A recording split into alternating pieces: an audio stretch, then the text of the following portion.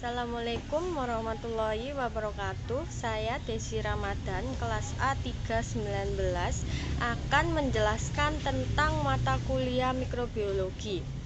Mikrobiologi adalah suatu ilmu yang mempelajari makhluk hidup yang sangat kecil yang hanya dapat dilihat dengan menggunakan lensa pembesar atau mikroskop.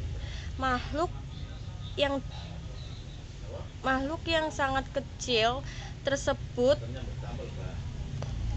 di mikroorganisme atau mikroba, dan ilmu yang mempelajari tentang mikroba yang sering ditemukan pada pangan disebut mikrobiologi pangan.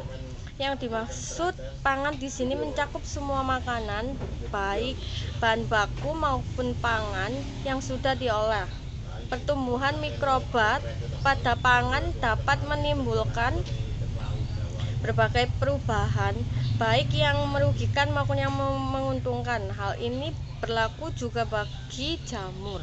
Alam kehidupan sehari-hari sering kita menjumpai jamur. Fungsi jamur adalah nama regnum dari sekelompok besar makhluk hidup eukariotik heterotrof yang mencerna makanan di luar tubuh lalu menyerap molekul nutrisi ke dalam selnya.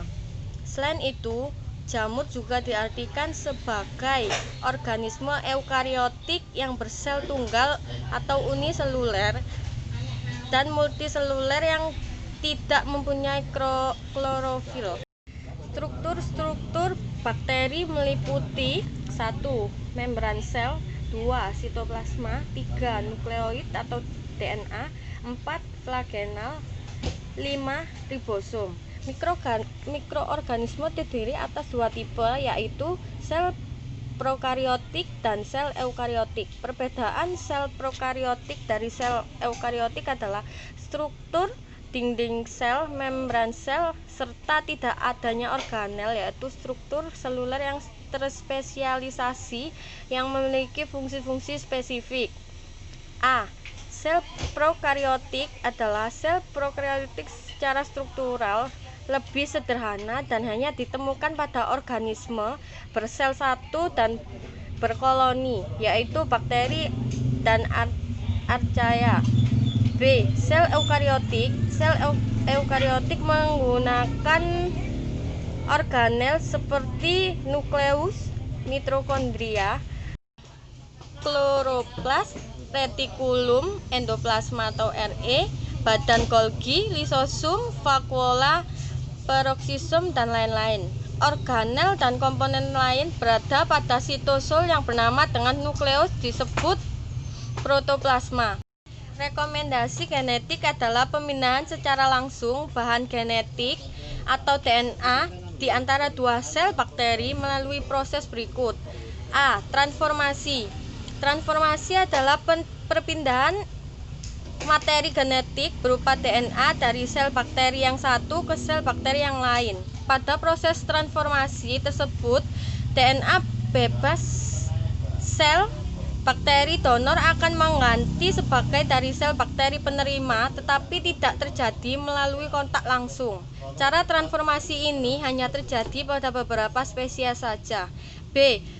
Transduksi. Transduksi adalah pemindahan materi genetik bakteri ke bakteri lain dengan perantara virus.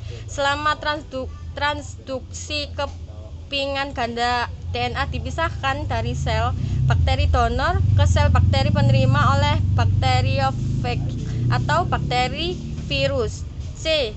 Konjugasi. Konjugasi adalah bergabungnya dua bakteri antara bakteri plus atau negatif dengan membentuk jembatan untuk pemindahan materi genetik. Artinya terjadi transfer DNA dari sel bakteri donor ke sel bakteri penerima melalui ujung pilus. Pada organisme bersel satu, pertumbuhan lebih diartikan sebagai pertumbuhan koloni, yaitu pertumbuhan jumlah koloni, ukuran koloni yang semakin besar atau substansi atau massa mikroba dalam koloni tersebut semakin banyak. Pertumbuhan pada mikroba diartikan sebagai pertambahan jumlah sel mikroba itu sendiri. Ada dua macam tipe pertumbuhan, yaitu pembelahan inti tanpa diikuti pembelahan sel sehingga dihasilkan peningkatan ukuran sel, dan pembelahan inti yang diikuti pembelahan sel. Ciri khas reproduksi bakteri adalah pembelahan biner, di mana dari satu sel bakteri dapat dihasilkan dua sel anak yang sama besar, maka populasi bakteri bertambah secara geometrik. Interval waktu yang dibutuhkan bagi sel untuk pembelahan diri atau untuk populasi menjadi 2 kali lipat dikenal sebagai waktu generasi. Macam-macam bakteri, yaitu bakteri aerob dan anaerob, yaitu yang dimaksud dengan bakteri aerob adalah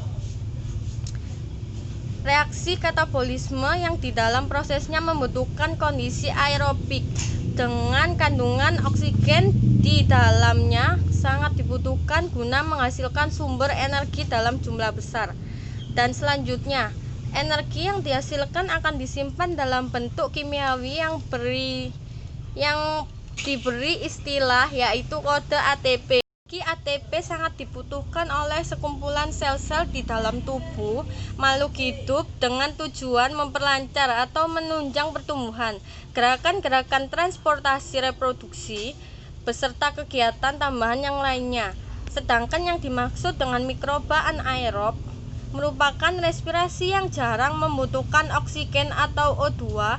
Respirasi ini terjadi pada bagian sitoplasma dengan tujuan untuk mengurangi kadar senyawa organik di dalamnya yang nantinya menghasilkan jumlah energi lebih sedikit. Proses respirasi anaerob muncul bersama dengan reaksi-reaksi fermentasi melalui pernapasan yang bersifat intramolekul. Sekian dari presentasi dari saya. Wassalamualaikum warahmatullahi wabarakatuh.